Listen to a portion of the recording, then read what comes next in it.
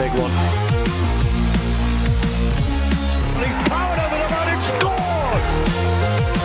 Oh, what a claim! And what a try!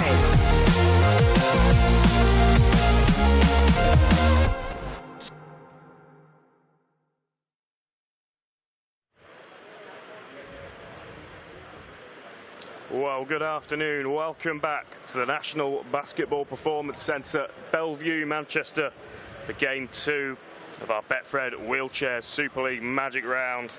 On the menu in this one, the Warrington Wolves take on Hull FC. Just had a fantastic opening game of the Magic Round. London Roosters getting the win against the Wigan Warriors. And here's how your teams line up this afternoon, starting with Hull FC, starting 5. Number 1, Mike Swanger. Number 3, Martin Norris. Number 5 is Billy Swanger. Number 8, recent international call-up for England, Tristan Norfolk. And 13, Steve Samfer rounds off the starting 5 of the Early Birds. Interchanges, number 6, Liam Stancliffe. 11, Josh Edwards. 12, Mike Midgley. And 14 is David Gill.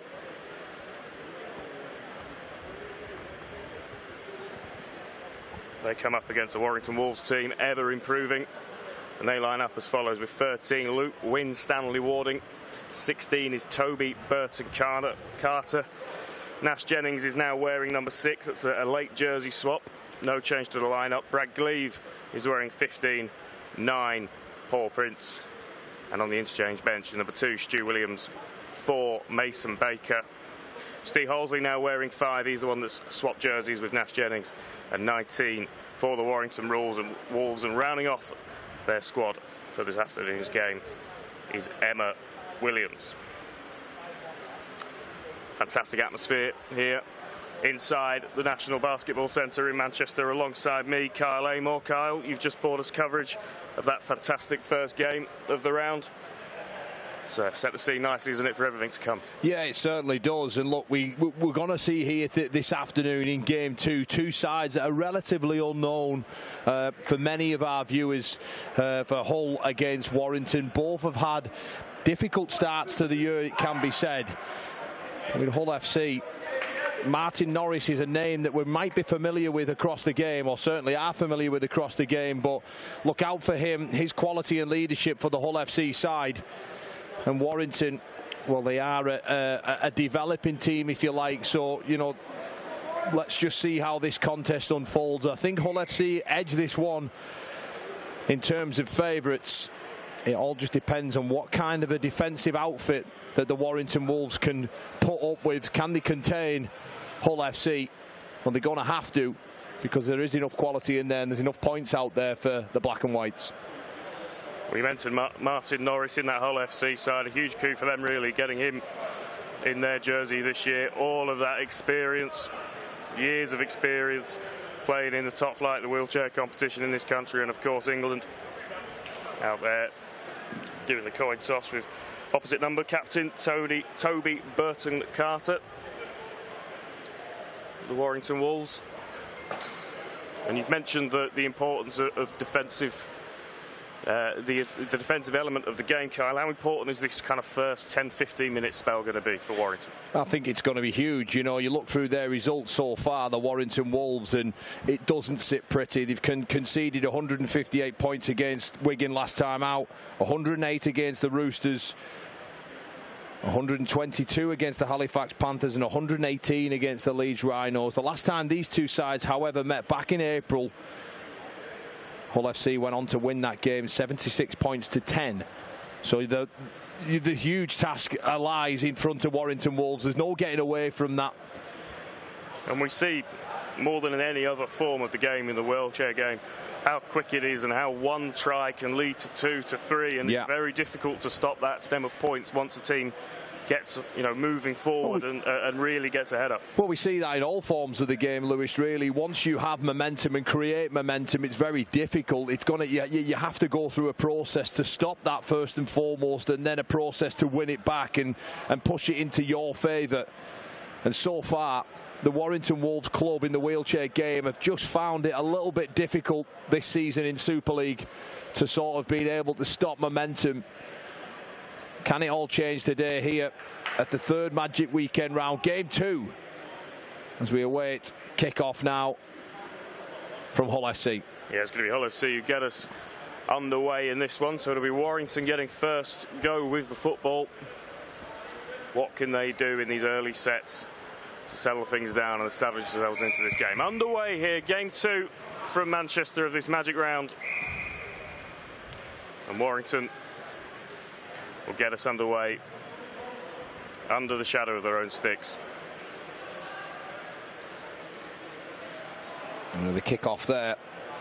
Just up to the black. It was from Norfolk. Just high and hanging, drops over the top of Jennings' head. And it's Warrington who begin us off here in game 2. Prance marching forward now. So Warrington, go backwards, play early error, ball goes to ground. It's jumping around all over the place. It's going to come back on the side of Hull FC. Yeah, Nash straight away putting themselves under pressure, the Wolves. Yeah, Nash Jennings there. Just the ball a little bit too high for him to take in. And it's Hull FC who set up now. So Swanger plays the ball. Drops it back on the inside to Mike Swanger. Keep an eye on how those two dovetail today. Really quick, dynamic players. They go to the left-hand side of the play, the ball to Norris, who ships it out wide. It was brilliantly brought in. The try is scored. It's Tristan Norfolk. And you can see straight away all of the experience of Martin Norris to get the ball out wide, and Tristan Norfolk showing why he's getting the accolades and the international attention that he's been getting this season. Yeah, and it all came about off Jennings' error. It was Swanger that set up the middle of the field. Martin Norris picks the left-hand side, sorry. And Tristan Norfolk, he just holds that left wing. Lets Norris undo all the work. And it's a simple score, and the recipe's there. You know, I mentioned, didn't I, about 30-40 seconds earlier, the importance that Warrington Wolves had to defend well and defend well in front of them, but equally you can't afford to be giving sloppy errors away and just expect to win this game, considering how many points that you've conceded heading into this one. So early points on the board for Hull FC, and he had 2 more. Off the sticks, yeah. Mike Swanger. And they'll be very pleased with the start that they've made here at Bellevue. I was speaking to John McMullen, who's heavily involved in wheelchair rugby league with the RFL, heavily involved in the England setup. He was saying that the players love this venue. This court is a really hard, fast playing surface, and we've probably seen a little bit of that already in that first game. The ball just a little bit more bounce, just skipping on a little bit more than we've seen in some places. Yeah, and one thing that we crucially spotted, me and George Riley earlier on, was the amount of errors that were given at the play of the ball area.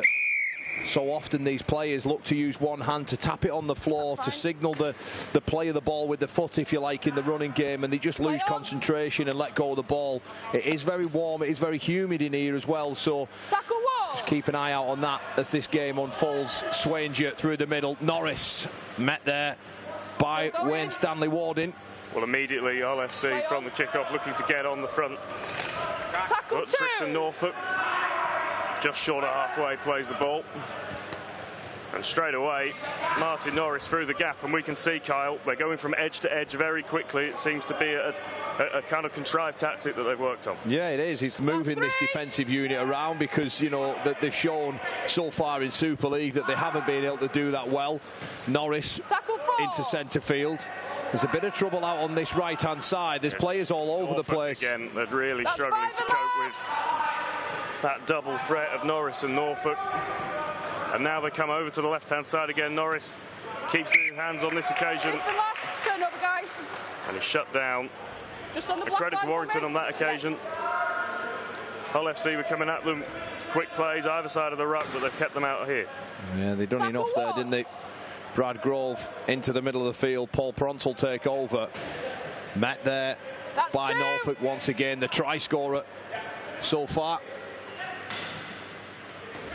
So Warrington's first proper opportunity to get the ball in their hands after that early error from the kickoff. What can they do here? It's a slow play the ball. So they'll keep it up the middle, and again the ball goes to ground, but backwards. Says the official on the far side, but Hull FC do end up with possession in a good part of the field to have it. Norfolk again. Tackle 2. Offering himself up and just makes a simple carry on that occasion. There's easy meters to be made here, and they could make it all the way to the try line. The officials are conferring. I think they're going to judge that the tackle was made just in time. I'm not too sure about that one. I thought that he'd done enough as Billy Swenger.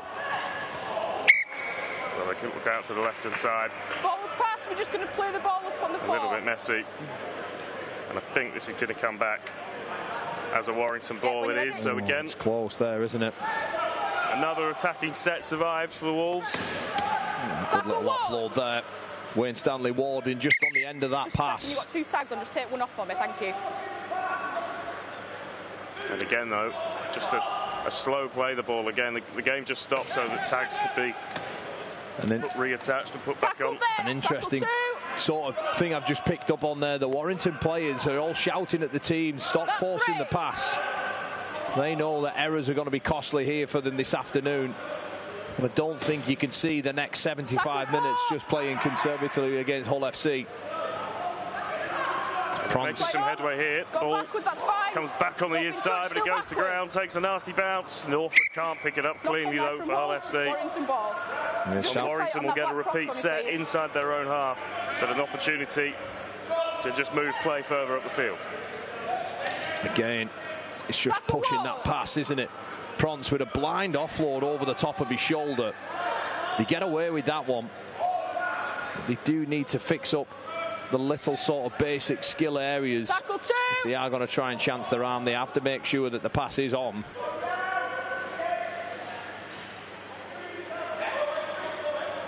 Paul Prance once again. That's 3. Tackled by Swenger. Burton Carter. Experienced Burton Carter. Tackled centre field. Just settles it down in the middle of the field. Warrington setting up options left and right. The pass was behind Nash Jennings, but he took it in well. Tags up quickly. But the pass again, just wayward.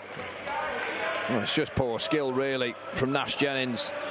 The pass wasn't quite what it wanted to be. You just see it dipping there in front of Paul Prance. In fact, it could have went to anyone. It just goes in between Toby Burton Carter and Prance. And it's Hull FC who will start it off through Norfolk. Billy Swenger now crossing into the half of the Warrington Wolves. That's 2.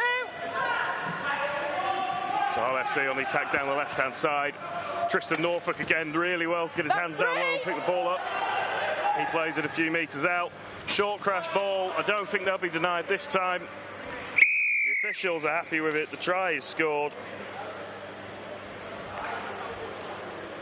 I think that might be Liam Stancliffe. He's muscled his way over from short range. And after a good couple of sets from Warrington, Hull FC just finding the hole. Billy Swenger, sorry, the try scorer. And he hands over to brother Mike Swenger to add 2 points.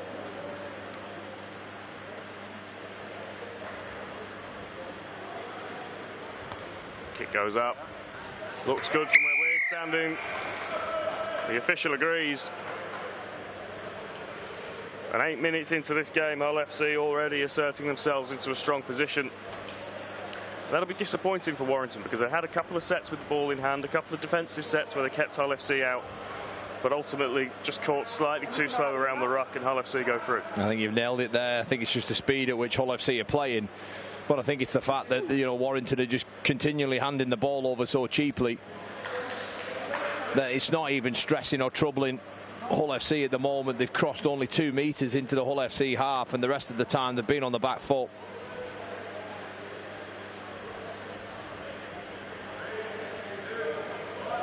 So Warrington get us back underway. And there's an error there, and a fantastic opportunity for Warrington now to have a good ball set right on that Hull FC line. So let's see what they can do in a really good attacking position. Tackle 1. They needed that, then there's a chance here for them. Burton Carter. Short drop on ball. Jennings again. I think he spilled the ball. Referee says. Yep. No, he's got going away back with it. to the tackle. So Warrington get another life in this attacking set. They come out. And I think they're going to be in here. Did he have both tags on And I think it's Luke Winstanley Warding over in the corner. That's fine. Match officials just having a little chat with each other, but the try is given. And Warrington will take real confidence from that. Their first good look at the Hull FC try line. And they come away with some points, Carl. That was brilliant work out on that right-hand side. The number 9 there, just feeding Winstanley Warding. And they've shown there then, haven't they? They've shown the hand that if they can get up this end of the field, there's points there for them. But they're going to need to do a little bit more better, particularly coming out of their own end, rather than just relying on an error from Hull FC. But at 12-4 and a kick to come inside of 10 minutes, it's Toby Burton-Carter nails that kick. Good one as well. Kept low, but straight through the middle of the posts. Just an offload there from Prince to feed Winstanley Warding. Just see that beautiful delayed pass, and Mike Swanger just gets caught, too interested in Prince's ball, and that's a simple finish for Luke Winstanley Warding, and it will certainly boost the confidence, Lewis, won't it? I was just going to say, a real confidence booster for this Warrington team. After conceding 2 early tries, a foothold back in this game. Kickoff goes into touch, but actually Warrington won't mind that, as you alluded to earlier. The encouragement from their dugout, if you like, has been to keep it simple, and just a very simple yardage set here is exactly what will be on the menu. Well, I think Warrington, what they can the last couple of minutes has shown us that if they get through the sets and they reduce I nearly said reduce their error count there. If they can get a good kick away, and they give themselves a great opportunity, if they look to complete sets and make Hull FC make the mistakes, there's an opportunity for them. With one good ball attack and broken them up already. Prince, they're moving the ball. Toby Carter out on this far side. Well, you mentioned it earlier, Carl. It is warm in here. It is humid. I'm sure there'll be a few sweaty hands down there. Yeah. And that'll come into play as this game goes on. And opportunity for Warrington just goes begging, but they regain possession. Toby Burton-Carter, the real focal point of this team. Just a cool head in the middle, directing them. Kick goes in, and they've turned Hull FC around. I mean, I think they've got enough experience there, Lewis. I'm looking at Prince. I'm looking at Steve Williams, the Welsh international. Well, a really good kick chase there. As good an end to the set as they could have hoped for. Yeah, certainly was. Let's make sure this is what I was talking about. Get towards the end of your sets there. We see Toby Carter and Williams. Those experienced players that I was just referring to, those are the ones that they're going to need to get their hands on the ball the most this afternoon. And I always feel with the wheelchair version of this sport, probably because of obviously the smaller player surface, it's almost rugby league magnified. Every error seems to almost count for 2. Every metre counts for 2 in what we would normally think of in the running game. Well, yeah, and again I mentioned in the last game that James Simpson, the Leeds Rhinos coach, during his playing time when I first got involved with this game, he sort of told me those little sort of nuances of the game in terms of errors and penalties get magnified. Tries scored as well. He mentioned that 3 tries is the equivalent of 1 in the running game, but there's an error here. Yeah, right on cue. Warrington coughing the ball up. Hull FC will fancy themselves from here. And this is what you just can't afford to do this. It's as simple as this, Lewis. Williams there with an offload. I didn't think there was too much wrong with the offload itself. It just needs to be taken in better by Winstanley Warding. So here come Hull FC. Tackle 1! Up in the middle with Tristan Norfolk. And on this occasion, a rarity for Hull FC so far in this game, it's a slow play the ball. But Martin Norris doing really well to evade. He's got the ball down. I think this is going to be given. Yeah, it certainly is. It's a quality individual try there from Martin Norris, using all his experience. Former England international. Just rides the chair so well. Prince can't get hold of him, just keeps moving. The evasive skills from him, and the put down, well, it's perfect. Keeps his wheels inside the field of play. Questionable defence for Warrington, but let's take nothing away from that man, Martin Norris. But you could see on the replay, as soon as he got into within striking distance of the try line, gets the arm out, and it's that kind of hip twist, isn't it? Just evading, getting those tags out of reach of the defenders. uses the momentum of his wheels to get himself over, and it's a relatively simple touchdown on that right hand side in the end. Absolutely, Lewis. You know, the game, whatever form it's played at, is about manipulating space. And he certainly shows that. Martin Norris just using his shoulder, using all his skills in the chair just to evade that, as Mike Swinger looks to convert. Oh, he hits the post. Well, that's twice he's hit the post. The first time he just managed to chip it in for the 2 points, but on this occasion, the woodwork or the plastic work keeps the ball out.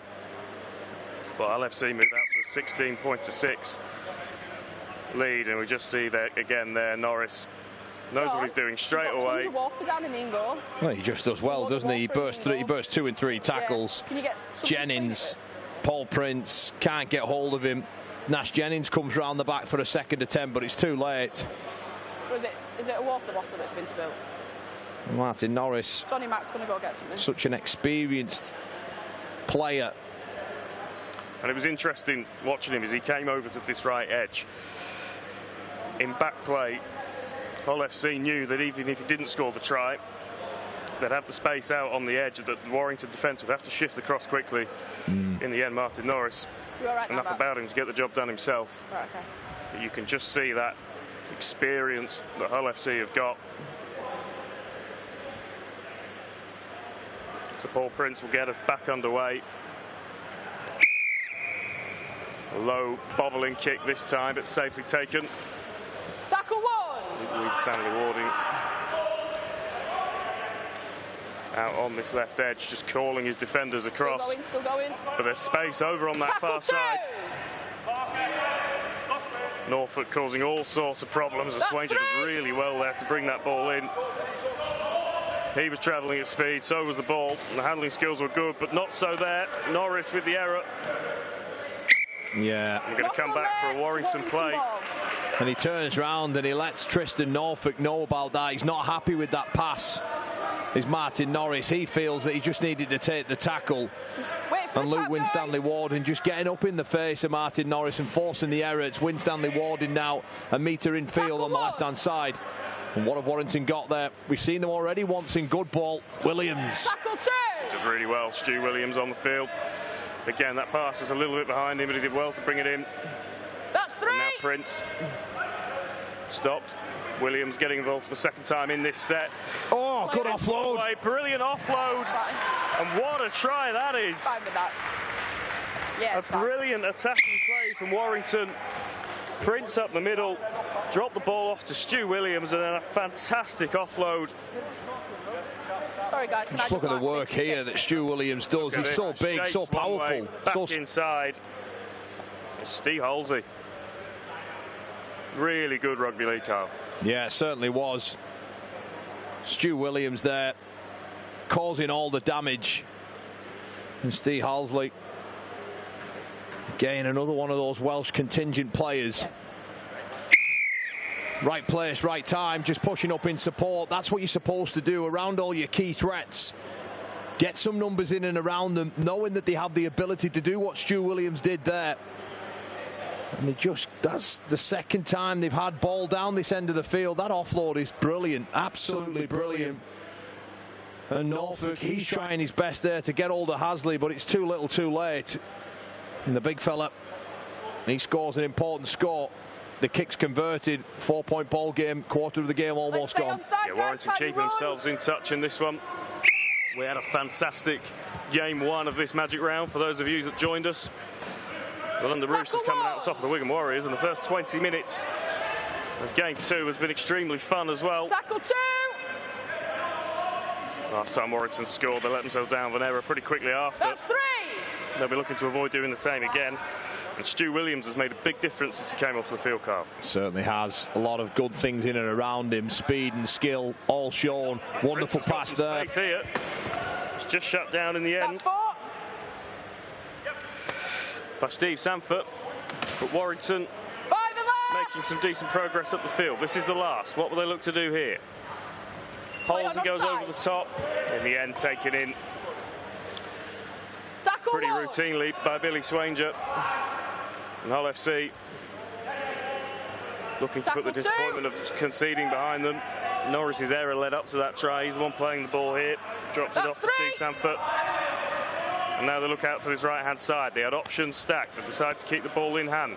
No, they don't. Tackle 4, just bring it back to me, guys. They're going to come back for the tackle. Yeah, the tag was just pulled off there, just as he releases that pass to Norris. It's deemed almost like when in the running game and the tackle's called held and they continue to play. Norris takes over here. They've got a chance on this left-hand side of the field. 2-on-1. Norfolk keeps it in hand and he stopped. And that might just feel like a missed opportunity for Hull FC because there was an overlap, Kyle. Yeah, it was clever defence, wasn't it, from Paul Prince? Yeah, 2-on-1, had to make the right call, makes it at the right time, and there's an error. An error at the play the ball. Just seeing there that Halsley pulls that tag off. And then Paul Prince, after doing such good work defensively, coughs up the ball. And it's Norris on that left-hand side. So Hull FC with another opportunity then. Gifted to them, but they won't mind. They'll take it however it comes. Tackle 3. Norfolk stopped just short of the try line and come out to the right-hand side. Sanford just trying to get his shoulders away, but the tackle comes in. And now they look over to this right edge where they've already had some joy. Not on this occasion, though. Good defence again from the Warrington Wolves. Shutting the door on Billy Swanger. And it's a slow play, the ball, Kyle. The early kind of 5-10 minutes of this game, Hull FC were rattling through the plays. Oh, good stuff. Quality try there. Ball through the hands on that occasion, though. The try is scored. Swanger over in the corner. Martin Norris with his hands on this one as well. He's had a part in all 3 tries, but it was the error, wasn't it, that just led them that field position that gifted them it. And off the back of it, after doing so well defensively, just that sleight of hand there from Norris to release Mike Swanger on this right-hand side, a really skinny short side as well. I think if Winstanley Warden had his time again, he would trust that Steve Halsley was there in front of Norris, but he just turns in. And again, Martin Norris, he's been playing the game far too long. The skill that he has, the catch and pass, and the opportunity iced. A simple walk-in for them. Can Mike Swanger now convert to take this to a 10-point lead?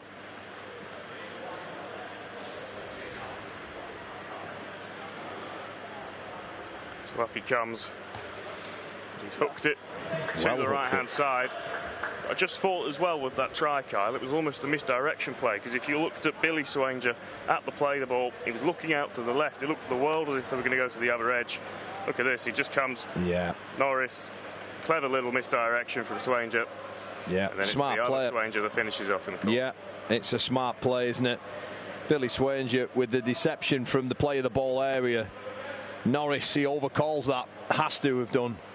A little flick pass there. Out to Mike Swanger. Time you chase, Warrington have bounced back a couple of times after conceding in his half. They've got to do it again here. Well, we saw in the first game, Lewis. Sideline. We saw in the first game that was the story of it. They were just always one punch ahead with the Roosters and Wigan Warriors, playing cat and mouse all game. In the end, just couldn't handle it, couldn't stay with them, and the Roosters were always one score ahead. And this game, over the course of the opening quarters, we head into the 23rd minute, seems like it's following suit. You score, we score, you score, we score, and you know, sooner or later Warrington just have to get hold of this ball. A good defensive set is needed here. They're just sort of pinching meters every time at FC. Yeah, points galore here on the Sportsman this afternoon. Brilliant to have you with us for this Betfred Wheelchair Super League Magic Round in the National Basketball Performance Centre in Manchester. Hull FC at the moment just got their noses ahead in this one. Making good meters, and the kick chase is on here. If the ball stays good, Norris should score. He does score. Really clever kick over the top, just turning the Warrington defence around, and Norris with the pace to get on top of the ball. A kind bounce, and 4 more points for Hull FC, Kyle. Yeah, and it's brilliant play again, isn't it? Just set it up, tagging up really quickly. There's Billy Swanger, and then it's the kick over the top that is just perfect. It holds up so well. Inch perfect. Another rotation, and that ball's out. Yeah. It sits up brilliantly for Norris. Well, it's Martin Norris over on that far side this time. He's had a look down the right. He's now swapped over to the left. He just sees the space. He reads the game so well. He's been playing it for a number of years. I'm sorry to be wax lyrical about him, but he's had his hand in 3 try assists. I think he scored 2 so far this afternoon. He's been everywhere as Norris. Wax away, Kyle. It's brilliant to have the stars of this format of the game in front of us here on the Sportsman. Plenty of current and former internationals involved, of course, in that first game. Game 3. Wow. Leeds Rhinos and Halifax Panthers, a rematch of last year's grand final. Don't go anywhere. That one's going to be an absolute cracker. But here in game 2, Hull FC on top at the moment. 24 points to 12. Looking to get out from underneath the shadow of their own sticks. Play the ball a bit slower than they would have liked there. You just see over on that far side of the field, one of the stars of the world in the wheelchair game, Jeremy Bolson, watching on this game. Quality player he is. One of my favourites in the competition. Opportunity for Tristan Norfolk. I just thought he was going to squeeze through a gap there. He's still going. Burton Carter does well in the end to complete the tackle. They go with that kick over the top again. It's Norris. This time the bounce isn't so kind. But what's worrying there is those kicks over the top for Norris. There is a frontline defence, but they aren't able to turn around quick enough. Norris has got great speed. Toby Burton Carter, they just get beat to the punch. So watch out for that play unfolding. They've looked at it a couple of times, using the speed in Hull FC ranks and knowing that the bigger men of the Warrington Wolves find it difficult to turn the chairs around. Winstanley Warden heads towards the halfway line. And that's what the best players in this format of the game are so good at, isn't it, Kyle? Is just causing difficulties, using almost those kind of added complications of playing in a chair to their advantage, turning players around. Yeah. It's much easier to be going forward in this game than to be tracking back. Absolutely, Lewis. Couldn't agree anymore. But the kicks have to be nailed. They have to be on the money. So there's a lot of skill involved in that. You're going to get to see one of the best kickers in the competition, if not in the world, in Nathan Collins in game 3. Keep an eye out for how well he kicks the ball. The kick from Mason Barker on that occasion. Over the top. All the way out. I think it's going to be a goal line dropout. So a good end to that set for Warrington. They're going to get the ball back here in an attacking position. What can they do with it? They have looked useful, haven't they? With ball in hand on the Hull FC line. Well, I'll tell you what I've been impressed with. I've been impressed. Oh, there's a penalty being given away here. I think they've been offside off the... Offside at the kick. Yeah. But I have been impressed with Warrington so far. I expected their sort of dam to open up far much easier. Yes, they've conceded 26 points, but I think on the balance of play, they've defended well together. There's another opportunity here for them. They've already come away with 2 tries this close to the line. Will it be a third? Barker that comes out to the left. Looking for Steve Halsey. Already got 1 in this game. Stopped just short on this occasion, but they come out to that left edge. Obstructing in the ruck, It's a penalty for an obstruction. I think we'll just see, as the replay will show us, Stu Williams, he just runs, he wants a short ball, he wants Hasley to release the pass earlier. Sorry, I beg your pardon, it's Toby Burton Carter, yeah. And it just is an obstruction. You can't do that. There's no way that the Hull FC players are able to move off the line and go and help. Be the reinforcements if you like. Just take it up to where the 4 is. Penalty given. When you're ready. Well, a pressure release then for Hull FC. But an error straight away. So Warrington will get another crack with the ball. No advantage. It's Samford just leaving the door open, Carl. Yeah, exactly. It was pretty much a carbon copy of the first game. It was a couple of errors, and neither side really wanted to take a foot over. Hasley's away. Bring it back a bit, Steve. Bring it back, bring it back. Just off short. Referees called it back. Steve Halsley, with an injection of speed for such a big man, gets on the outside of Norris, I've let you guys but plays it a little bit off the mark, hence the reason it's being called back. Just a restart, not a penalty, so Warrington will keep hold of the ball, but not for very long. But they will get a penalty for a strip.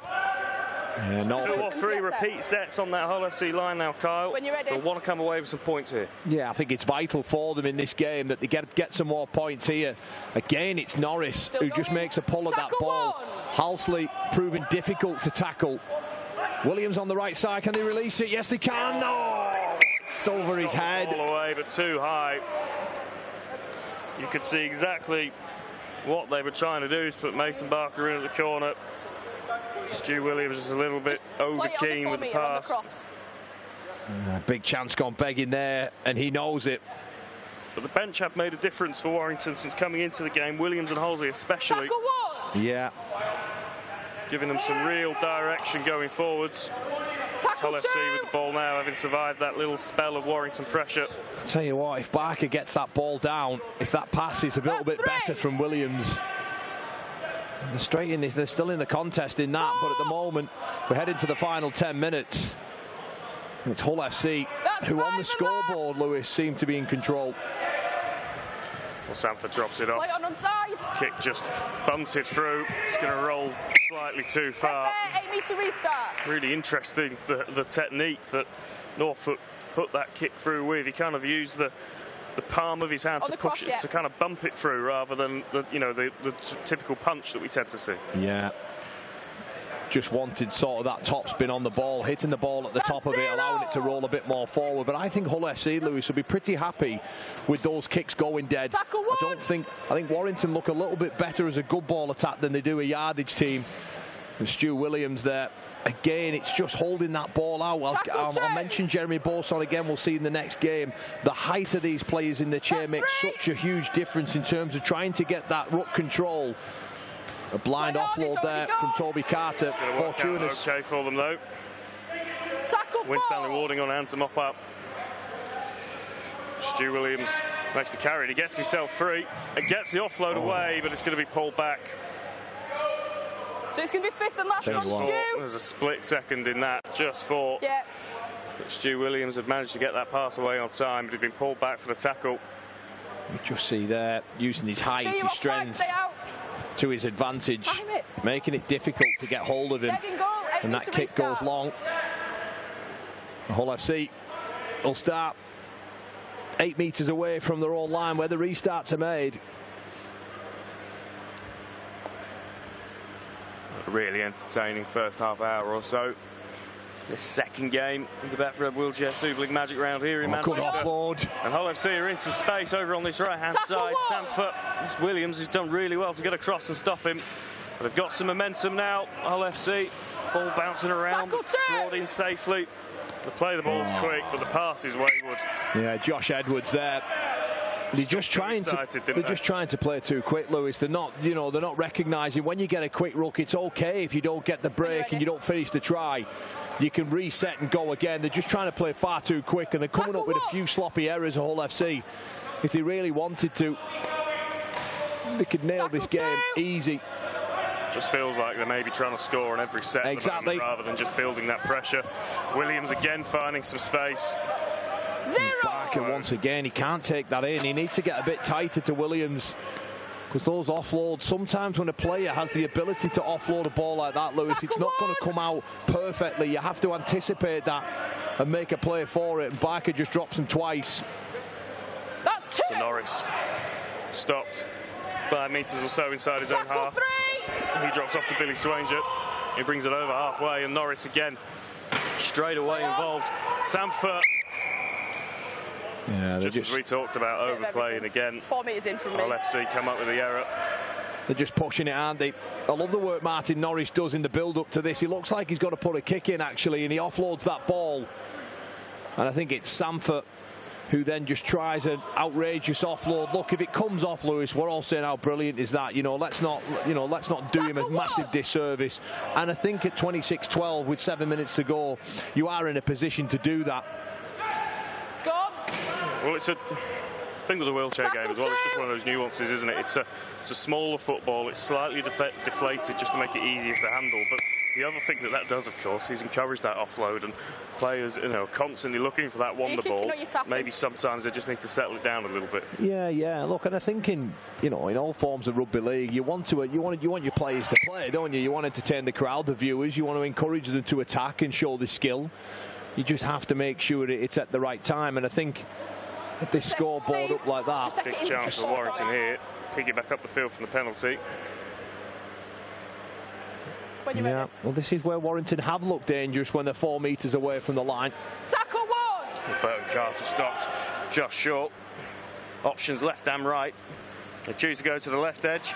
Tackle 2! Halsey in the end does well just to bring that ball down. He looks to Stu Williams and gets the arm free. Happy with that. I think your try's got to get given here. Try is given. Stu Williams does remarkably well there to force his way through, keep the arm out of danger, get the ball down. And Warrington Wolves, well, they're not going away, Kyle. Certainly not. And he's all box office, isn't he, Stuart Williams for the Warrington side. He just rides that tackle there. I think it's Swanger and Edwards. I think Edwards makes a play for it. He's claiming he got the tag, but it is too late, and it's a brilliant individual score. Just route one. Sometimes you don't have to play. Sometimes you get the same amount of points if you just crash over the line, and Stu Williams there just decides to take it up on himself and drag his side right back into this contest. The kick's converted, and it's 26-18. And perhaps just changes the half-time team talk for Warrington, but there's still 5 minutes left. He could hit another one. I tell you what, Kyle, match officials do a difficult job in every format of the game, but in the wheelchair game, some of these decisions are so marginal on the tags, and there's just milliseconds in it. I wouldn't want to be the one judging on an incident like that. Oh, look, you know, I think we have to gloss over that, Lewis, and just get on with what's been happening in the game. You know, you're right, there is no video referee. We have to trust that that the officials are there in the right place. Will they get it wrong? Of course they will sometimes. You know, it's a devil's own job, but, you know, the game continues. The players all respect the decision. Nobody's kicked off about it. And it's 26-18, and it's been an enthralling first half. Plenty of points and skill on show. Well, I don't think they got it wrong on that occasion, by the way. Yeah. It's so marginal. Oh, yeah, no, definitely. Emma Williams. Difficult kick. It was straight at Emma Williams, who's just come into this game. Difficult take, but ultimately Hull FC with a golden opportunity to pin Warrington back straight after scoring. And they do just that. Norfolk taking the carry, getting the offload away, and Billy Swanger with an acre of space on the right edge. Well, FC stretch their lead back out. Yeah. Errors, points in the wheelchair game. If you're not able to defend properly, and which I'll mention again, you know, the evidence that Warrington Wolves have showed is conceding over 100 points in 4 out of the 5 games. And this is just a brilliant individual. It's actually not an individual. It's a set-up try. It's a pre-planned move. Just back down the short side. Toby Burton Carter loses sight. His eyes are always on the ball. Forgets the man in front. And Billy Swanger just takes it. And another 2 points converted there by Tristan Norfolk. Again, cat and mouse game again. Something that Hull FC have done really well in this first half is we've seen the kind of deceptive plays a couple of times where they've looked one way and gone the other, but they're keeping options on both sides of the play the ball. Just see there. Those pitches are brilliant. You know, Toby Burton Carter, you actually just see his chair just turn in, and it's damage done then. The hips have been lost. Can't rescue in time. And Swanger, at the pace that he was arriving onto that ball, well... And it's the speed of thought to recognise that from the attacking players. Hull FC, in this case, it's so impressive. It's all happening very quickly down there, but Hull FC, very kind of calm and methodical on that occasion. And we've accused them of overplaying a couple of times in this game. But that was very well premeditated. Absolutely, but if there's one downfall, I think, of Hull FC is when the game's being set for set, it's actually Warrington who have looked probably the better side. What Hull FC are doing is feeding on the scraps, feeding on the errors. And there's a knock-on here. Just for a second, thought Toby Carter was going to get in and score straight from the kickoff. It's an 8-metre restart. Guys, just go back. It's an 8-metre restart. You see the kickoff comes over the top. Really tricky bouncing ball, not brought in. And I tell you what, if it had got that down. Well, I tell you who's relieved, Dave Gill, because he was pretty slow to get back there. Burton Carter, he looked like he wanted it a little bit more. When you're ready. But he just spills it at the vital moment. And the changes are ringing for Hull FC. Fresh players onto the field. Not this man. You cannot take your eyes off this sport for a second, can you? There is always something going on, always an opportunity for points. Hull FC swing the ball out to the left-hand side. Tristan Norfolk gets the ball under his arm, evading tackles. He's stopped now. Put it to touch, in fact. A couple of minutes, a minute and a half or so. You know where those crosses are? Just in line with me, yeah. There you are. Yeah, perfect. Left. in this first period. So Warrington maybe with one go with the football. Just see there, that knock on there. So close to being a remarkable try. Toby Burton-Carter. And like in, just like in the running game, Kyle, Wheelchair Rugby League rewards honest efforts. If you work hard, if you chase properly like Burton-Carter did then, you're going to get opportunities. Well, we saw 4 tries in the first game. Scotty Trigg-Turner just chasing harder than anyone else, never giving up on the play, and scores, outstanding tries. 4 tries, 16 points to his name. And without his tries, they go on to lose that game. So, the game is always based upon effort. It's based upon talent as well. Well, that was nearly a world-class pass there from Billy Swanger. And Liam Stancliffe just got that arm and flicked that out. Went through the arms of Liam Stancliffe and over into touch. Just watch the work that he does here. That's exceptional, but the skill there. That's Raggy Chase kind of gear, that. Yeah. Emma Williams then bringing the ball up for Warrington. Just re-tagging. Burton-Carter has got through a load of work. That's brilliant from Stu Williams. That ball was a mile behind him, but he got one of those long levers out to bring it in, and there we have it for the half. A real to and fro game of rugby league. It's Hull FC who lead 32 points to 18 at the interval, but this game, Kyle, is far from done.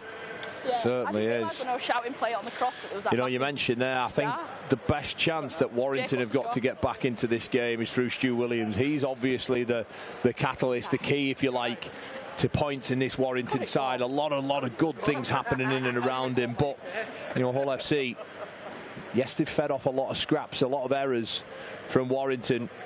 We just see the scoreboard there, 32-18. That's the story. Yep, so it was Tristan Norfolk who got us up and running early on that first try. 2 for Billy Swanger, 2 for Martin Norris, and Mike Swanger as well, getting in on the act. 2 kicks out of 2 for Norfolk, 2 out of 4 for Mike Swanger. And for Warrington Wolves, Winstanley Warding, Holsley, we just talked about him, Stu Williams, very impressive coming off the bench. And Burton-Carter has put all 3 kicks over, keeping the Warrington Wolves in touch. 32 points to 18 at the break. So here we go. This is how we got underway. Again, a bit of a deception play. Norris with the ball out left, Kyle. Yeah, Norris with the ball there, feeding to Norfolk on that first try. That was how it all started for us. And then Hull FC hit again, don't they, through Billy Swanger for his first of the brace of the first half. Then it was Warrington. Warrington showed us that if they get time and space, they can take points, and Winstanley Warding over on that far right-hand side. And then FC, Martin Norris involved. This time it's individual, just a willingness just to not be tagged. He's able to squeeze that ball down. Some questionable defence to the left edge of Warrington Wolves, but then this man was brought into the field, and boy did he have an impact.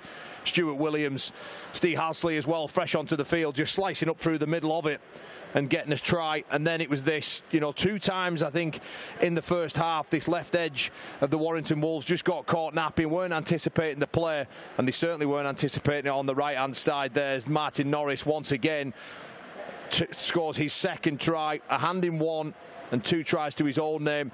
Then that man again, Stu Williams, just injecting himself in, wanting a score, and then this right at the very end there. Toby Burton-Carter getting far too caught with his eyes on the ball, and Billy Swanger scores a simple put down to take the score to 32-18.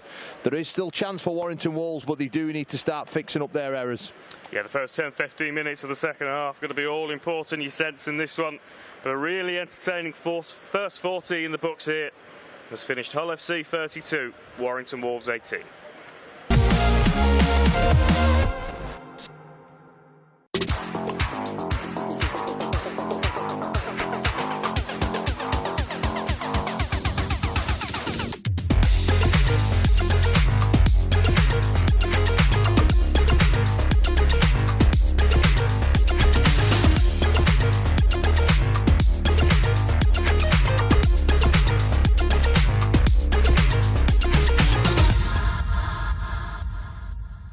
Adrian, thanks for talking to the Sportsman. Tell us a bit, first of all, about Rugby League Cares and why you're doing this ride. So Rugby League Cares is the official charity of Rugby League, so anyone who's been involved in rugby league from community level to professional level, present players, past players, anyone who's struggling, whether it be financially or in any way, emotionally, or so Rugby League Cares is a helping hand.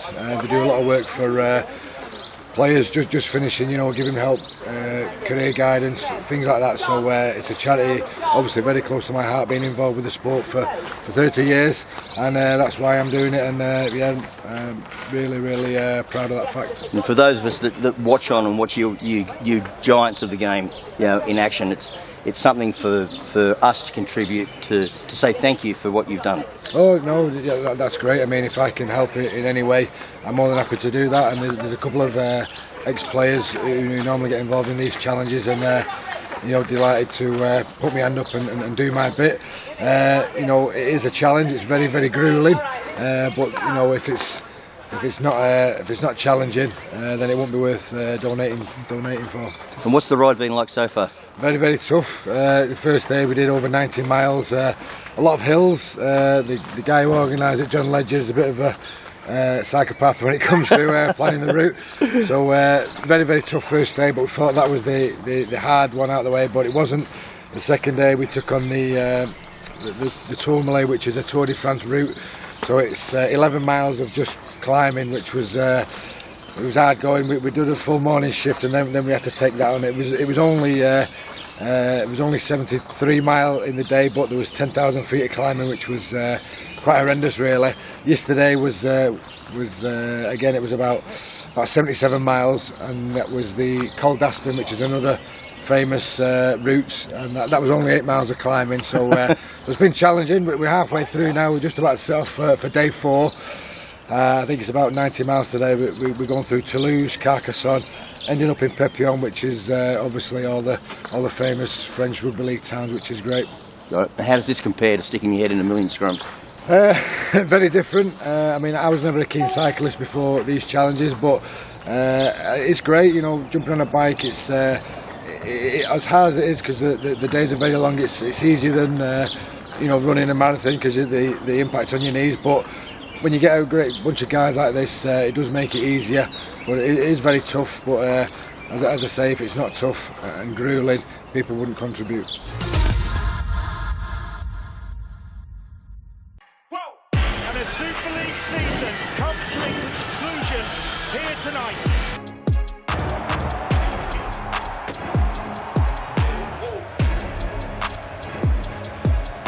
It is 4 in a row.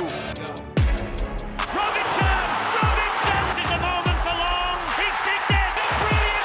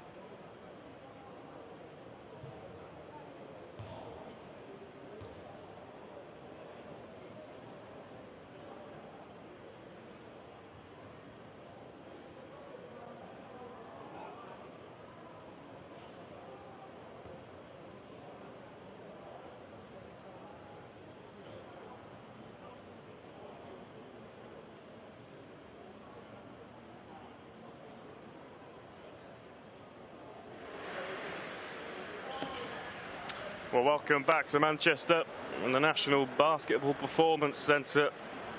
This afternoon it is all about wheelchair rugby league here on the Sportsman. And a really interesting first half in these two teams. Game 2 of this magic round. Hull FC 32, Warrington Wolves 18 is the score at the break.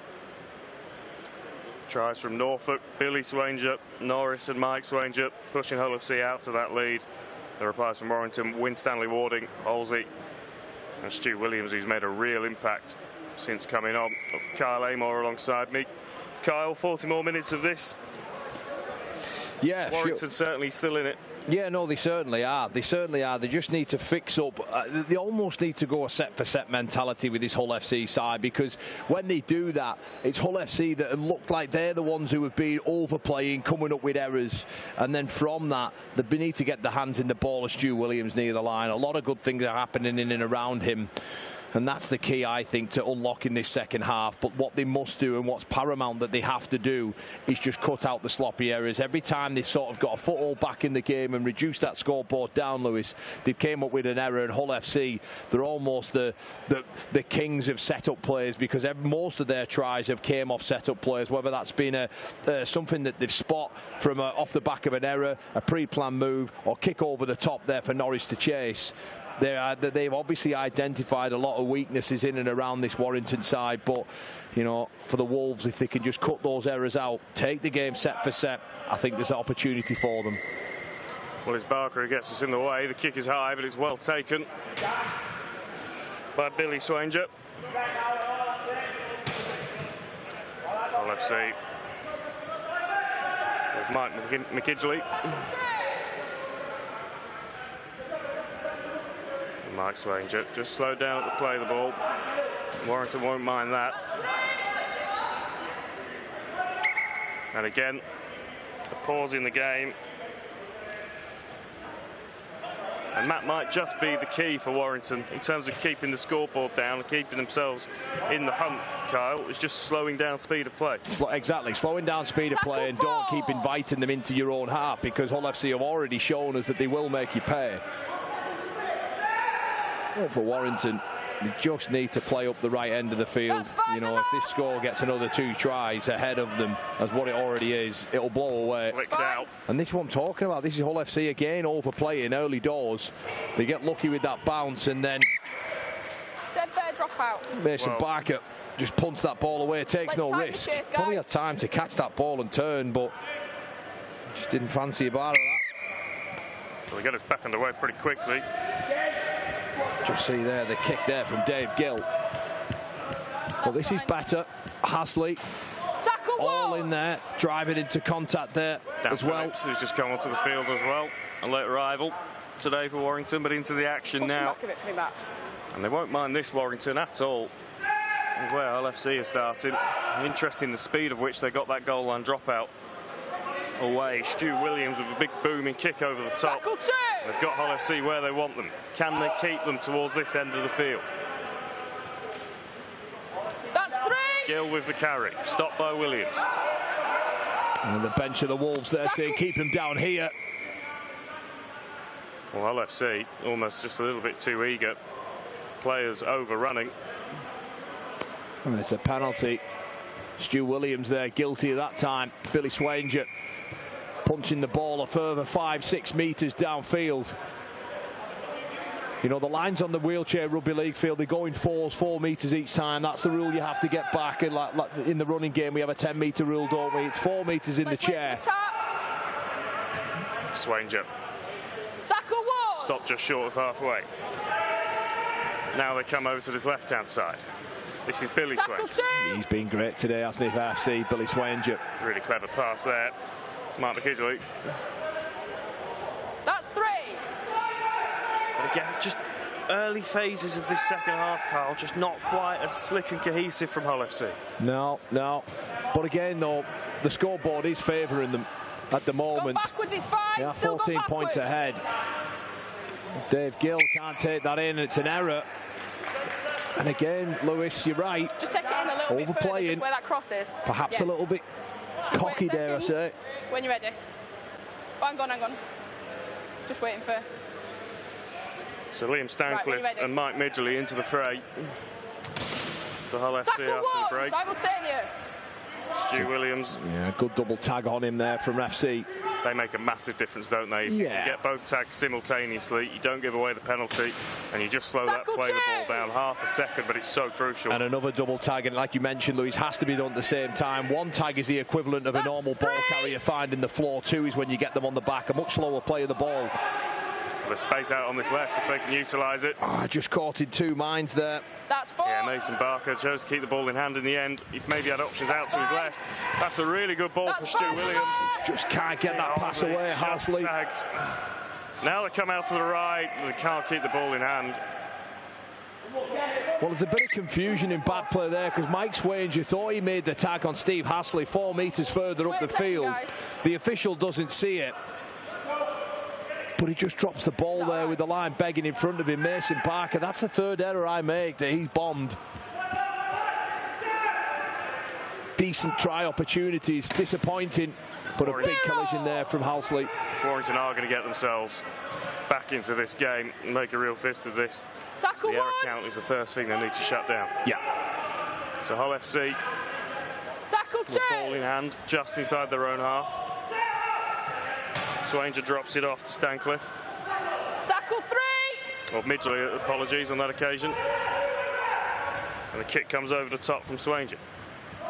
It's a laboured chase from FC. And Warrington are able to regather it, but crucially as well, the tag's being made. It was terrific work there. Billy Swanger once again, he's been everywhere so this afternoon, Lewis. Quick goal line drop out there from Williams though. Well, that's the second time that Williams has... Mike Swanger comes up with the error now. Second time in this second half from the goal line drop out that Stu Williams has done it quickly before Hull FC even able to get themselves properly set. It comes up trumps on this occasion. Bounce just takes it away from that left arm of Swanger. As Emma Williams now, she advances towards the halfway line. Well, the rugby league ball is a difficult thing to predict on grass. Put it on this hard surface, Carl. Tackle 2. Yeah. Anything can happen. That's what makes this so entertaining. I suppose that's the importance of what you were saying then, Lewis, is the ball over the top there. It's Barker. Just can't quite find Dan Phillips.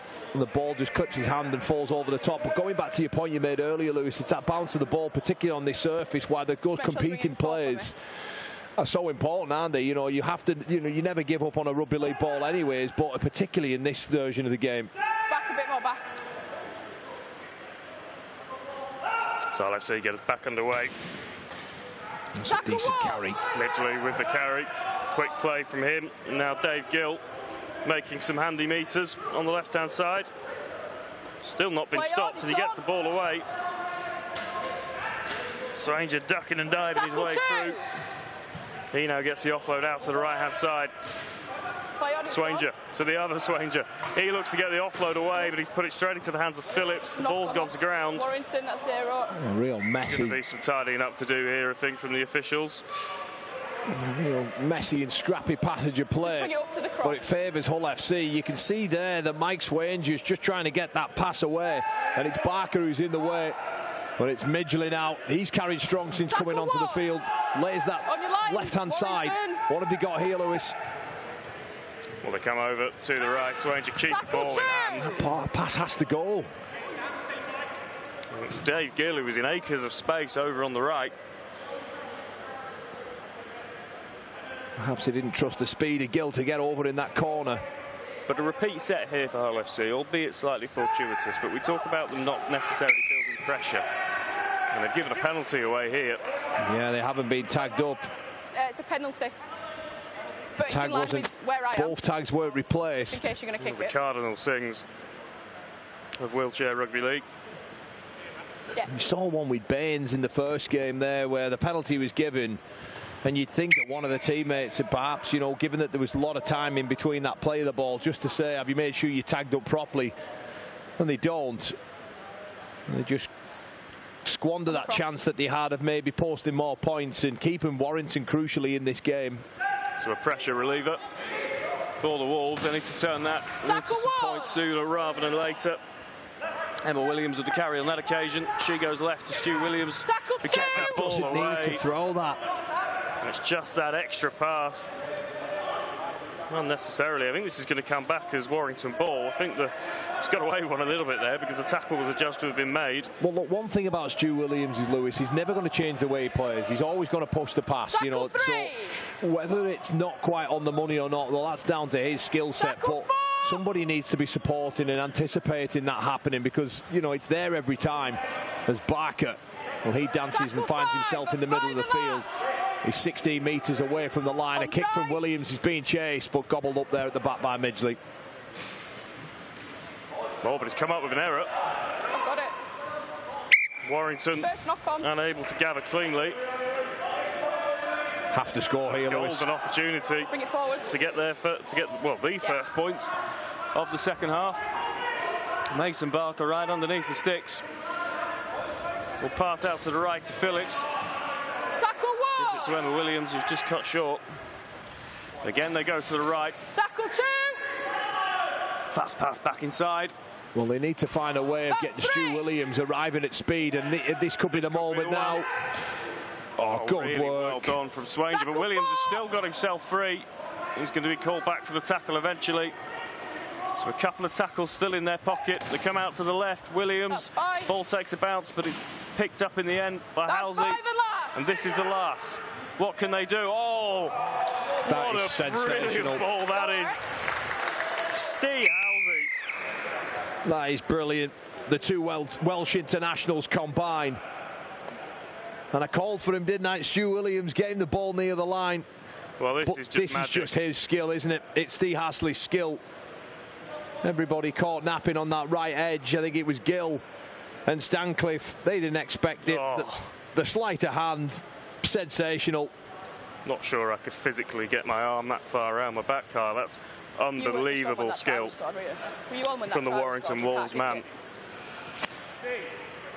And a real feather in their cap that they will take out of that is that they went through the set, kept their cool. That was a fifth tackle play. They didn't, on that occasion, try and overplay. They tried a few different things that didn't work. But in the end, the numbers and the pressure paid off. Well, I'll tell you what was equally as impressive as well was Stu Williams' involvements, Lewis. He was involved. That was his third involvement of that set. On both edges. He played it on play 3. Then he has the presence of mind to recycle round and know there's an opportunity in and around Dave Gill. He's not the best defender over on that far side of the field. And his vision, his smarts in the game just exposes it. But Steve Halsley as well, he has to nail that skill. He really does. If he doesn't, it's embarrassing for him. But that pass, well, there's two of them that could have ghosted in as well, isn't there? You know, Dan Phillips, he's out there almost saying, give me the ball. Well, this makes it very interesting because if Warrington score next... Yes. It's time to chase then, Hull. We are down to a 2-point ball game potentially. Well, we've had nothing but thrillers on the Sportsman so far this afternoon. Game 1 was about this one. Living up to that billing as well. I was speaking to a lot of people in and around the ground today, and I was asking how this game was going to go. I've not seen these two sides play before. This is the first time for me. And a lot of the people were telling me that Hull FC should and comfortably win this game. So, you know, as we see in most Magic weekends, you know, it is a little bit different, isn't it? There's a different feel around the place, almost a different competition. Although we all know it's not. But there's an opportunity for scorelines to be sort of upset the trend. A kick over the top from Halsley, and Toby Carter's chasing. It's on with him and Norris. Who's going to get there? Oh, there's a mix-up. And Norris just about does enough. Just about to say, it's a reaction, I think, to what's happened from Hull FC, that Norris has come back into the game. So was Toby Burton-Carter. So the two captains back on the field, and we saw Hull FC turn Warrington around with that kick over the top a couple of times. Warrington do it themselves on that occasion. Martin Norris just uses his wheel, doesn't he? Just slow the bounce down, make it slightly easier for him to gather. Stu Williams taking the post out as well. It's all happening here at the Manchester National Basketball Performance Centre. Do not Tackle turn this 3. game off. Anything can happen here. Norris injecting himself back into it. He's gone straight up the middle. Can they get across? Throws the ball. And what an offload that is. What a try from Hull FC. They were under the pump. Yeah. And then Martin Norris with a brilliant run down the middle, and it's Mike Swanger that finishes it off. And as good as that Steve Holsley offload over in that far corner was, Kyle, that ball at speed from Martin Norris is a wonderful piece of skill. Well, just look at the pure raw speed in Martin Norris. Ducks under the tackle, but it's this no-look pass there. That is sensational. Mike Swanger, the beneficiary of that. And Dan Phillips, well, he can't do any more than what he does here. He tries to cover across, tries to get the chair side on, stop the momentum of Norris, but that no-look pass there to Swanger to grab himself another try. I think that's his hat-trick now. The kick is converted as well, and again repeating game one. Every time the side just claw the way back into it. You know, one's on top, just pull away again, and then we're back to 38 points to 24. But the pace there is just brilliant, and then the skill on the end of that, the no-look pass, the timing and arrival of Mike Swanger is brilliant. All good support players just know exactly where they need to be. And Norris, fresh back onto the field, well, you know, as soon as he comes back out there, there's points, isn't he? So, quality player, Norris. Yeah, an England stalwart for so long, of course. Seen it all, done it all in wheelchair rugby league. Moving across to Hull FC for this season. Making an instant impact with his new side. And Warrington again, having got themselves right back in it, with work to do. Kick. Well, it's been regathered by Warrington. Hull FC just stopped for a second to see if that ball was going to go into touch. Toby Burton-Carter didn't stop, and the game swings again. Warrington now with an opportunity to put some points back on the board. To come out to the right-hand side, holds it. Williams loitering here. Get on your line, guys. Yeah, stack numbers to the left. They keep it tight for the time being. Mason Barker stopped, but they've got that man out wide. When will they look out there? That's fine. Williams stops. Yeah, tackle 5. Kick comes back in. Oh, yeah, overcut. Just a bit unorganised, a bit dishevelled on that 5th play option, Kyle. And yeah, I don't think that was quite planned what they were going to do there. Yeah, we see on the kickoff there, they regather the ball, don't they, Warrington? But I just think using Stu Williams on that 4th play, that setup play for the kick, isn't the goal. I think you need to have him in and around creating something, not just settling the play in. And there's another error there. Halsley. I thought Halsley was going to dive on the loose ball. The error there, I think it was from Wainwright, Billy Wainwright. He's been sensational this afternoon, but it's his turn to spill his lollies. Well, I think there's some tired bodies out there. Still 25 minutes left to go in this game, but Hull FC just keeping that door ajar for Warrington. Toby Burton-Carter had a bit of a rest at the beginning of the first half. Back in the game, and the double tag.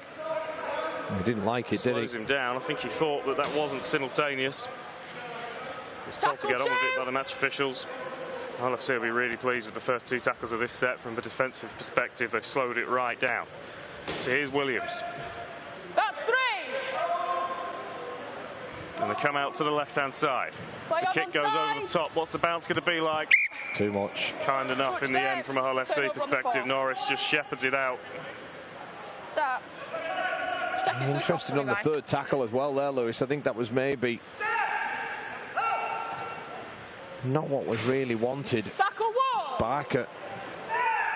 This is perhaps a little bit of miscommunication, but it matters not now. You mentioned it in the first half, Kyle. When this game has gone set for set, we've been in the arm wrestle.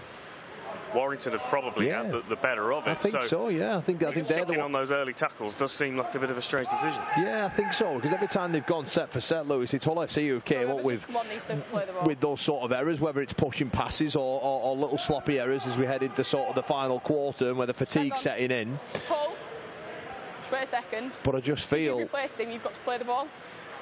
Yeah, but particularly over the last 10 or 15 minutes, Warrington Wolves have been on top in this game, and that'll really please their coach. It'll give the players confidence going forward in this competition. They're yet to win a game. They sat bottom of the table. Hull FC with only 2 wins out of their game so far. Be a big win for them, the FC. Yeah, it's going to be an interesting few years in the wheelchair game. Clubs established at the top, you likes of Leeds and Halifax, who we'll see later on, but so many people inspired by that incredible World Cup in November that I just think we're going to see a real influx of players all over the country getting involved. Well, we hope so. That kick over the top there is gathered up there by Phillips, but going back to your point, you know, the whole reason and purpose of legacies is to create and inspire the next generation, and boy did these athletes do it. You know, so many of them have given. Space here. Play on. Phillips gets it back on the inside. That's three. No, Hasley. Kyle. They've just been pulled back. Hasley just a little bit eager, but we were both there that night at Manchester Central, Kyle, and I've seen a lot of rugby league at the time, obviously as you have as well, and that night was special as anything I've ever been a part of. Yeah, super. I think back as well to the first night in the Copper Box between England and Australia, and that's sort of where the World Cup for the wheelchair game just boomed, didn't it, and exploded. Everybody tuned in that night thinking, what is this game that we haven't seen before? And you know, a lot of those games ended up being on mainstream BBC, which was, you know, a huge help in sort of, you know, announcing the game to the wider nation. But here on the Sportsman, these wheelchair games that are shown is so important to them as well. And there's another good tackle there as Norris looks to clear his own end. Overcooking the kick, giving LFC possession back. And Norris really has steadied the ship, hasn't he, since he came back on? Absolutely, yeah, without doubt. Just his quality, his leadership. You know, sometimes you can have all the youth and inexperience and excitement that you want, but an older head is so often needed across every single level of sport. Tackle two. And I think the two Swanger brothers and Norris have been fantastic for FC this afternoon. Mike Midgley, he's been pretty busy since he came into the game in the second half. He's added some punch, hasn't he? Yep. Tristan Norfolk, who opened the scoring this afternoon. Just solid in the middle of the park, but here's Norris again, just keeping that ball out of reach. Brought back in the end by Stu Williams, but Norfolk gets the ball away. The tag was taken, and they're just going to confer over this one. Steve Sanford, the try is given in the end. But I want you to watch the work that Martin Norris does, the disruption he causes to the defensive line. We don't quite see it there, but they play off the back of it. And Norfolk with the ball over the top there to Sanford, who just holds his chalk. Stu Williams, he tries to make the tag. Gets there in the end, but it's just a fraction too late. But it's Norris's ability to ride through. I think it was Stu Williams and Steve Halsley, I think, or was it Toby Carter? I can't remember. But he makes it so difficult to get hold of that tag that he actually ends up getting round them. They have got to retreat and get past Norris, but it's too late, and the numbers are created. It's a 2v1. It's a sensational offload from Norfolk, and Sanford scores a pretty simple try in his standards. And the kick is good. And those 2 points just take this game further away from Warrington.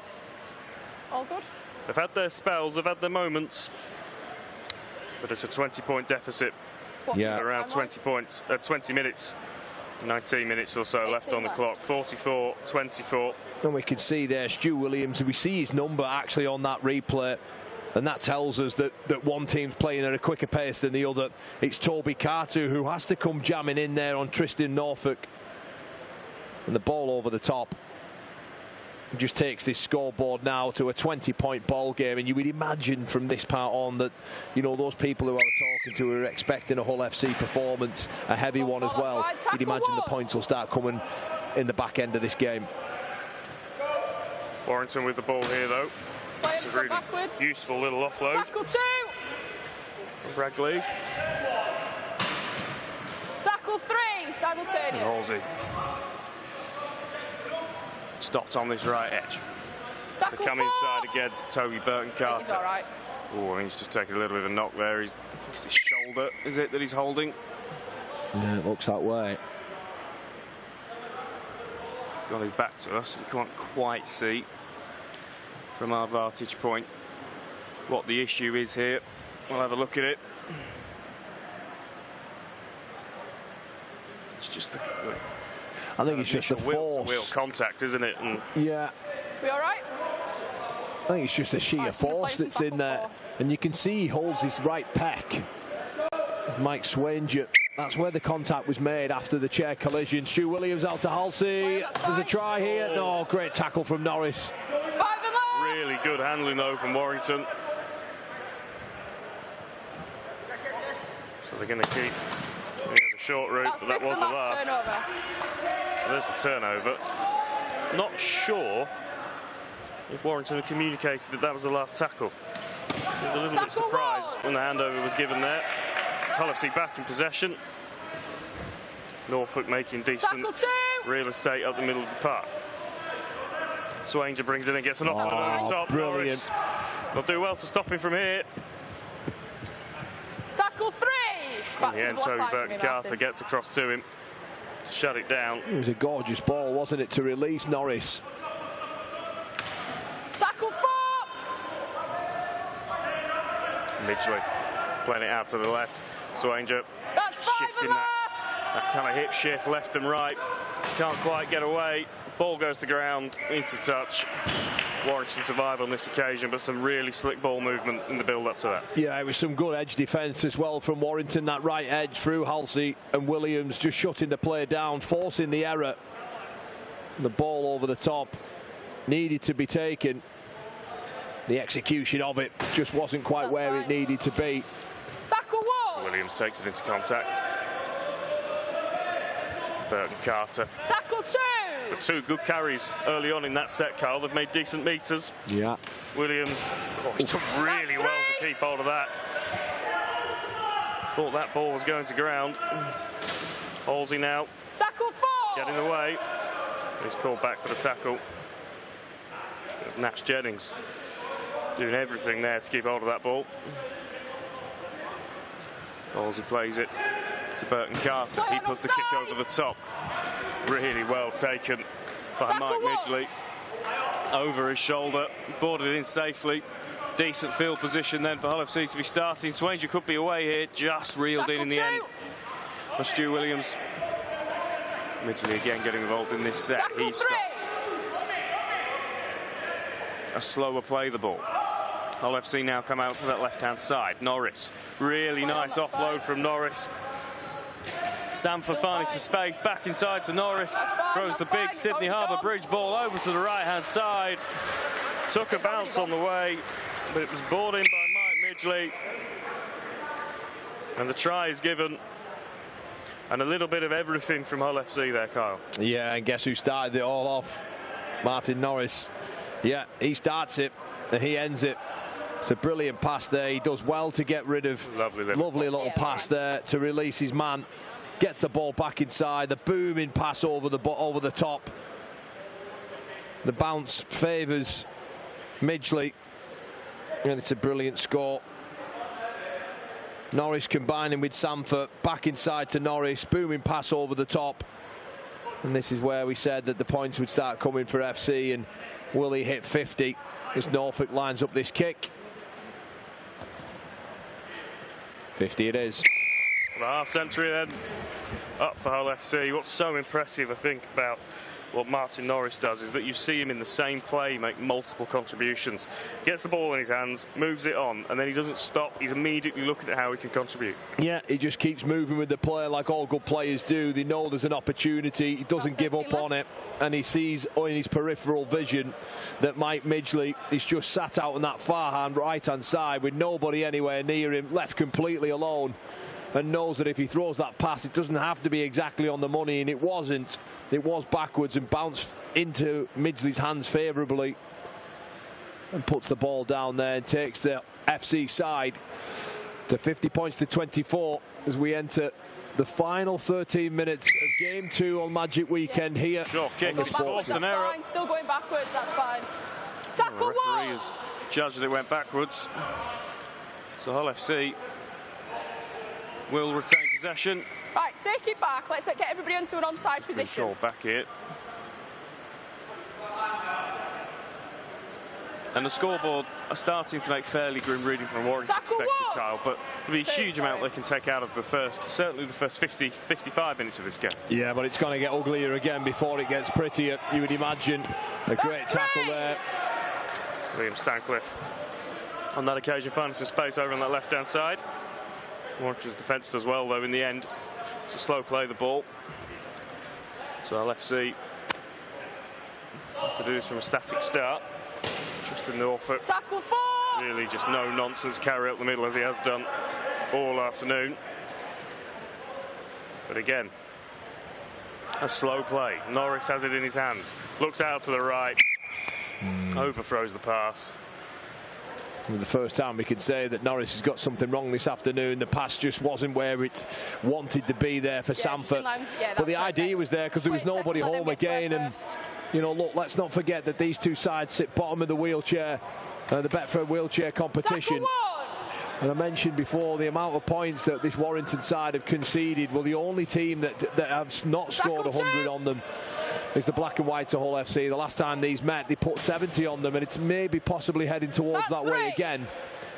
A nice little switch of play from Stu Williams. Hands on the ball again here. Norris almost knocking it out. Still can't get hold of the tag. Norris did really well. Williams needs a little bit of help. Mentioned the tackle is made right on the halfway line. And they go again early in the set. The kick over the top, but it could work on this occasion. Oh, just evades Halsey, but picked up by Gleave. I think we're going to go back for a knock-on. Yeah, it'll be Hull FC. We get the football. And the judge just a slight knock-on in that passage of play. Here it is. Bunted over the top. Tackle 1. Oh, he just gets the fingertip to it. Tackle 2. Stancliffe. Really fast, aggressive carry from him. Norfolk brings up to the line, but the ball goes loose. Oh God, no advantage. So an opportunity. First time in a while, really, that Warrington have got the football inside the Hull FC half. It's got a bit scrappy, hasn't it? Last 5-6 minutes, a lot of errors, a lot of forced passes. And you can see why these two sides have struggled in the Super League wheelchair competition. But it's another facet of the game, isn't it? In the wheelchair, especially, is that you've only got 5 players on the pitch at any time. It's rolling subs, so it. Oh, good ball. Oh, just too heavy. He's got to find himself in touch. Yeah. But just maintaining that cohesiveness when you are changing the side within the game is the, I guess a real challenge you saw in the World Cup final. England used so few of their subs in that game. Yeah. Well, most teams that win trophies and win titles are the ones that have the best squads, not necessarily the best 5 out there. Tackle 1.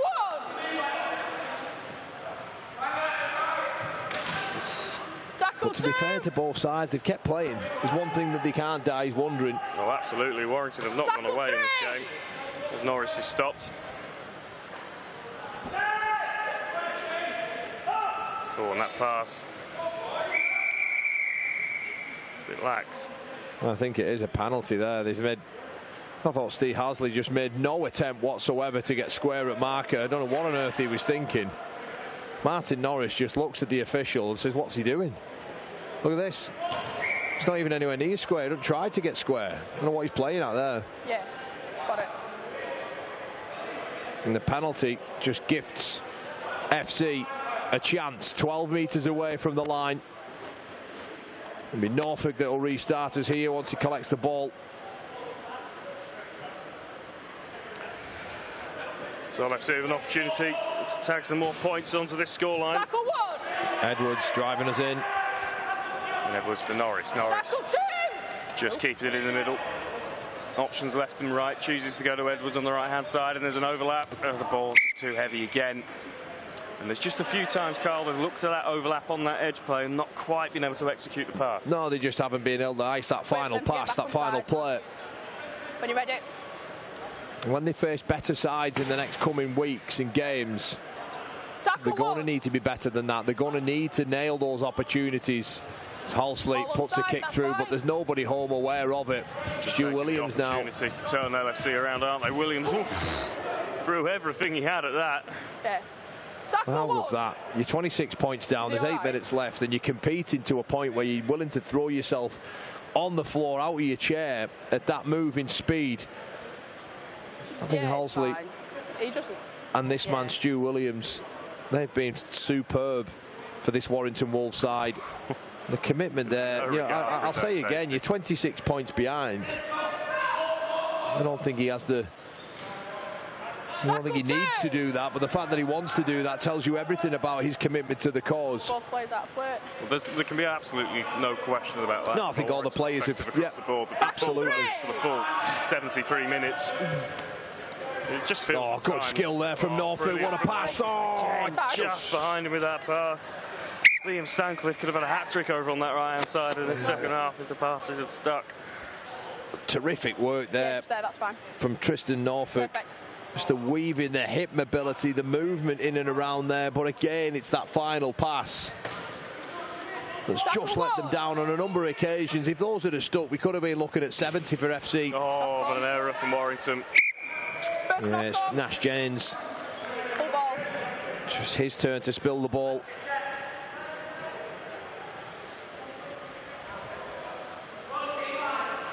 So LFC starts in this set inside their own half. Tackle 1.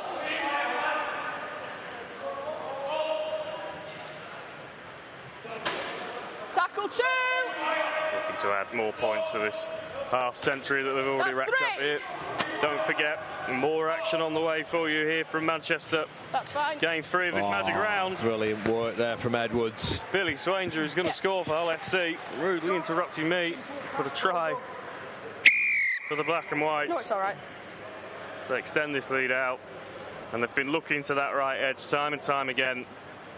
This time they get it right. Yeah, there's an overlap on there, isn't there? Prince just managed to make himself as big as he possibly can. Yeah, Edwards ducks under it and just pops the pass there. Winstanley Warding left for dust. As Billy Swanger scores once more. The Swanger brothers have been at it, haven't they? Scoring points and points for fun. I must actually have to check, are they brothers? I'm assuming the brothers here, I might be wrong. So apologies if they are not. But so often we see in this wheelchair game, there's huge family connections, isn't there, Lewis? Wonderful things about it, isn't it? Yeah. Now we've almost bet my 5 bottom dollar that they were brothers. Yeah, it's one of the real wonderful things about this format and the game. Of course, it is a wheelchair sport, but it's an all ability. It's a you know, everybody can play it. Any person who has the ability to roll a wheelchair is able to play it. Throughout the game, we've seen. Well, it is the most inclusive and diverse sport on the planet, and that's one thing that we're very, very proud of our game, rugby league. It continues to include every single person it can into the wonderful sport that we love, and that Norris kick is a long one. Yep. Norris chasing the kick back and just takes a safe option. No need for anything too risky from Hull FC with 4 minutes left. Competition points are in the bag. We can just ride this one out, but Warrington will get an opportunity with the ball here. So just bump that scoreboard up in their side. And it's been a strange game in a way, Kyle, because Hull FC have been a better team, been very good. That scoreboard almost slightly feels too harsh on Warrington with some of the things that they've done. Yeah, for certain. Absolutely. Well, I'll give you to the end of this set, Kyle, to start thinking about your player of the match. Yeah. I'll come to you on it. No worries. That's 3. Prince. He stops and he comes out to the right. Tackle 4. Nash Jennings tackled in the middle of the field. Come back to the right-hand side again. Prince just evading some tackles, does really well actually. That's now he stops. So this is the last. They come out to Stu Williams. Kick goes up, but again, far too heavy. 8 metre. Might have even been a drop goal. Yeah, it was like a drop goal, but he forgot to drop it. So Connor, Kyle, your Betfred player of the match? Oh, look, I think there's been some exceptional performances across the park. I think Stu Williams, you know, and Steve Halsley, they've been sensational for Warrington. I think Billy Swanger's been great for Hull FC, but the man I'm picking, the player of the match, as there's a try here going through. We'll come back to the player of the match in a minute, but it's Josh Edwards who slices straight up the guts and scores for Hull FC. Down just broke, didn't it, there for Warrington? They've been moved out to that edge so many times. I think they were probably maybe just overcompensating a little bit, and the space was right up the middle. Josh Edwards gliding through. Yeah, just arriving onto that ball at speed, gets in between Halsley and Williams. Emma Williams it was there, just grasping at a tag, but nowhere near. Sorry, I beg your pardon. It was Nash Jennings and Emma Williams. Just some tired efforts towards the end, and Josh Edwards just bursting onto that ball to take it to 60 points to 24. And you imagine Dave Gill will knock that over. Only just. Just about. Dave Gill has the 2 points. Right, we'll come back to your player of the match then, Carl. Now we've got. Yes, I'll keep it short and sharp this time in case anybody races away again. And we just see our pictures of Josh Edwards there, slicing straight through to knock that scoreboard over to 62-24 with that conversion from Gill. The Betfred player of the match for me is Martin Norris. I think every single time, you know, there was a spell where he was off the field and points kind of evaded Hull FC, but every single time he's been back out there and back on the field, he's either scored or created them. So the Betfred player of the match is Martin Norris as Williams. Oh. I didn't want to get too excited then. I could see the match official on the far side, whistle in mouth. You need to go to Specsavers, just for a second. I think Stu Williams thought he was in. It will be Warrington ball from the knock-on. I don't think people can have. There'll be too many people with any complaints of your player of the match choice, Kyle. He's been absolutely superb, Norris. Yeah, he's had some quality touches. Servants of this sport, and he's been in magnificent form this afternoon. Tackle two! Toby Burton-Carter stopped on the right edge. Can Warrington get one more try in this game? Three. They come over to the left-hand side. Burton-Carter, big look. Just tried that looping pass. Yeah, it just looked like a frustrated pass, didn't it, Lewis? Just one for just, oh, it's there, I'm just going to throw it. Stu Williams would have needed to be about 5 foot taller to have any hope of getting his hands on that. And about 10 metres wider, because it was overcooked by a long shot.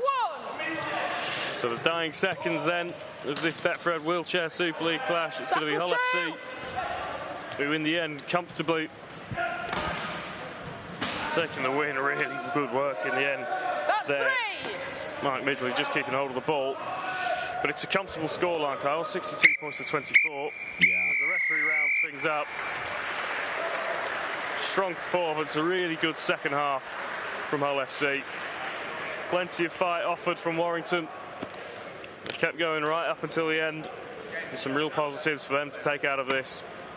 But ultimately, it's Hull FC, the victors, here at the National Basketball Performance Centre in Manchester. Game 2 of this wheelchair magic round. Game 3 coming up shortly. Leeds Rhinos versus Halifax. What a game that's going to be, a grand final rematch. Don't forget, you need to head back to the main Sportsman Rugby League YouTube page to find a stream for that one. But in game 2, Kyle, this is a tale of the tape. Hull FC dominant for large parts of that game. Norfolk opening the scoring.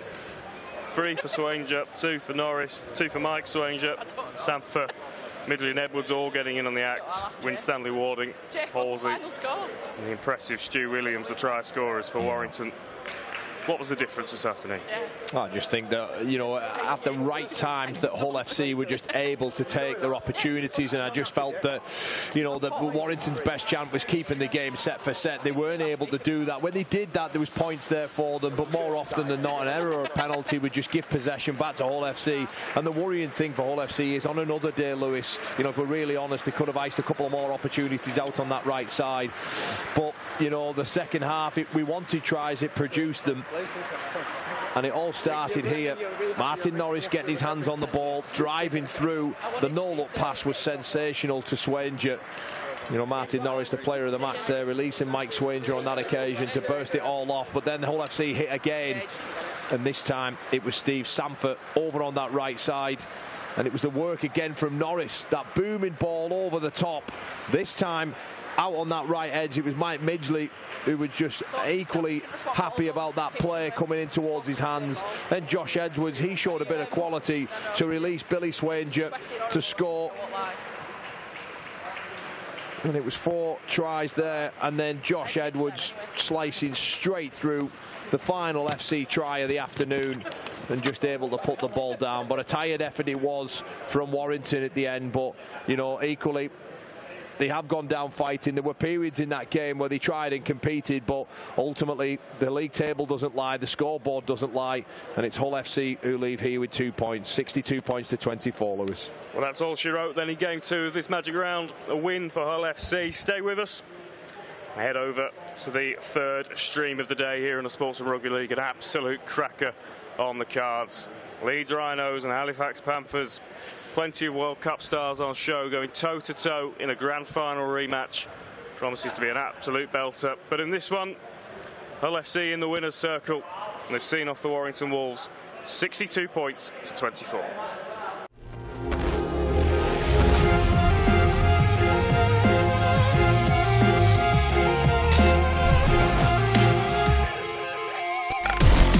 Oh, that's a big one.